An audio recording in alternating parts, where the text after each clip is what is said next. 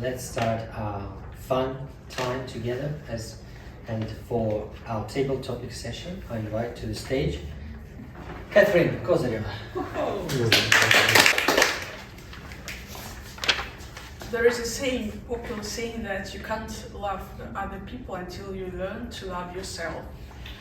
This world is constantly changing, and we are changing too, and we have to keep pace with time. The only way to do it is to invest in ourselves. How to invest ourselves? It depends on the values of the person. I prepared some questions that tell us how we do it, and my aim is to get to know each other better, so we could communicate, to learn about each other. So just please, here are some questions. If it is not enough, that I have some additional ones. So you take, this is just a kind of joke, this is investment, because the best investment is chocolate. So it's also could be motivation for you to come here.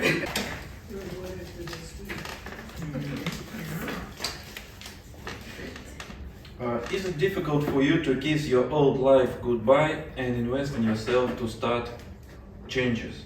Are you afraid of changes that come when you invest in yourself? Well, for me it's very difficult to say goodbye to my old good life, because I'm more of a conservative person. I like to meditate about my former life, about how I was a kid, what a great time I had. I also like the old places where I used to live, and I do enjoy coming back there. So for me it's not that easy to say goodbye to my former life, but unfortunately changes come to my life against my goodwill. They don't ask me, they just come, and then I suddenly change the job where I go, or the place where I live. So it's not something that I like, but it's something that happens to me, and I think the answer to these questions would be it's not whether you are afraid of changes or not, but it's whether you do accept them or not, especially when you actually don't have a choice. That's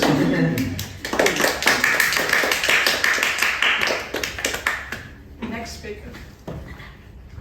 Who will be next? Okay. Okay. Sit here, sister. What? What happened? No, just several people at the same time. I see you have some sweets attached, a reward, you know. I think it's a good idea to invest in your beauty. Can you convince us that this red dress is a good way to invest in yourself for a woman? Well, no, I don't think this dress is a good way for me to invest in my clothes or in my wages, in my beauty. I haven't been wearing dresses for a long time now. Yes. And yes, I mean, to invest in beauty, there are different types of beauty. Yes. Just, you know, external and internal beauty, beauty of the body, beauty of the mind, you know, beauty of the, soul or spirit, you see. So, investing in yourself, in your beauty, in all senses, on all dimensions, I think it's a very important process of evolution.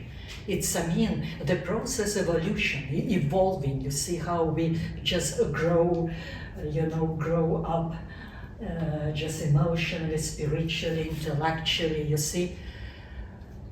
Yes, it's the process of evolution of what else?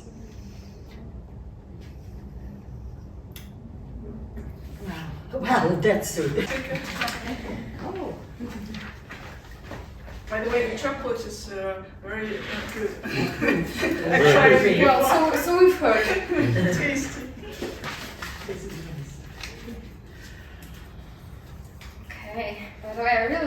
questions. Okay, this one is also a good one.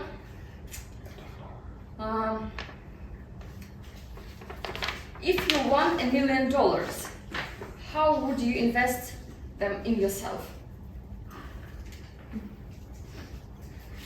That makes one think, because on the surface of it we think, oh, $1 million, it's such a large sum of money. But when you think about it like clearly, it's not that much. Like if you want to buy a like really good flat in Moscow, but not super good, not super expensive, that would be maybe 300,000 or 500,000, something to that extent. So there's not a lot of money remaining after that. So I think, first of all, if I had $1 million after taxes, I would improve my living situation. I would buy a flat somewhere in a good area near a park. Then I would take some time off, maybe a couple of years of my work, to learn something new, to travel, to get new experiences, maybe to fix some health issues if I had some which required some monetary investment. But after that, I think I would return to my life just as it is, because I think that working and living normal life, regular life, and having some responsibilities is very important for our well-being, mental well-being first and foremost. So yeah, I think $1 million would not affect my life that much. I agree with you. Next one. Who will be the next? Okay, Sasha. Yeah. I'll try to behave. Chocolates. Chocolates. Can I can answer 3 questions. Three. Yes. What do I do? Whoa. I feel like a mouse in a trap. So huge. Where's question? Do you think? Yes, I do. You can kiss the brain. Learning public speaking, wow, is a good self-investment. Yes. Why? I thought who will take this question? So I did. I'm just thinking in what way this is an investment. Yes, because if you have a natural talent, say, well, you already have it. You can only enhance and improve it, and in that way it would be an investment. Yes, of course it would be an investment if you are a professional writer. Yeah, maybe you are a voice-over actor. Or maybe you are in marketing and meeting conferences, all that. Anyways, yes, I agree that it would be an investment, because to defend your case at a workplace, in a family situation, wow, it's always an advantage. Always. If I don't know, ticket collector is saying that your ticket is wrong, but you need to defend yourself and say it's right. Yeah, you need public speaking skills, and there could be numerous horrible situations. I don't know. A couple of days ago, for example, I was waiting for a taxi. And then I actually saw it with my number I was expecting. and I saw another woman just getting in it in front of me, just in front of me. You see, you need a certain courage actually to stop another person, a good elderly lady. It's a nice lady, nice person, and you need to stop her because I'm in a hurry. I paid for this taxi. You need talent to speak and courage to do so, and confidence to break all inconveniences by only your words daily. Sorry, yeah. So it's just an investment to live a normal life at least. Thank Thank you very much. Okay, hope it is a good. And who will be next? Any volunteers? Just come.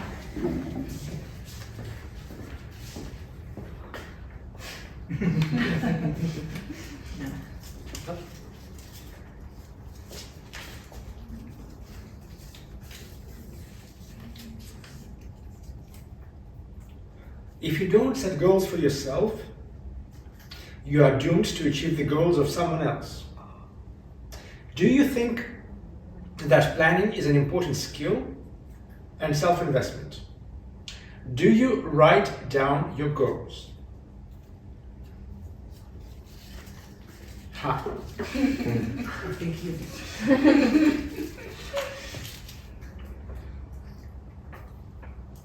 Planning is something that sadly I had to learn as a part of my, was a part of a course that I had to take for my university degree.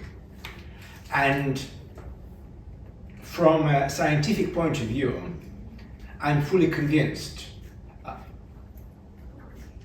of the benefits of planning. But that is serious and boring stuff. And here is the thing. Do we plan or do we dream? Do we do we rationalize or do we let ourselves fly in a whirlpool of the emotions and positivity? And perhaps here is the beauty of life, that the most of achievements come to us when we actually are able to balance it on a razor blade of the golden middle. And the golden middle is so thin that there is a reason why it is referred to as a razor blade. So yes, I think planning is an important investment, but the thinking of out of the box and the breadth of thought and inspiration and emotions are equally important. And if planning is combined with all of that, then planning is priceless. Thank you. Who'll do the next one?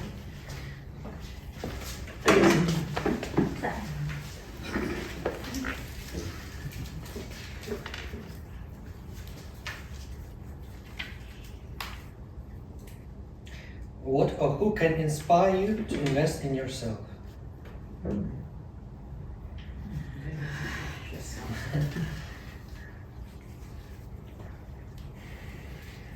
Perhaps it's the moment when you hit the rock bottom, then you realize energy is down, you have no more resource, that you have no choice, right?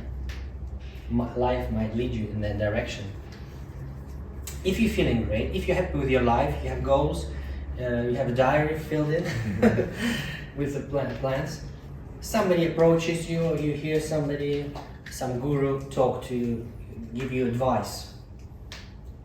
Perhaps you won't need that advice. At the same time, we cannot boil in ourselves, in our own experience. We enrich our experience by communicating with others. We want to know what's more. We want to have examples. our experience is our own experience. It's been used and reused. We don't need it. We might not need it anymore. We might want to have some inspiration. Maybe we have some idea, and it's still somewhere. We don't quite know what it is yet,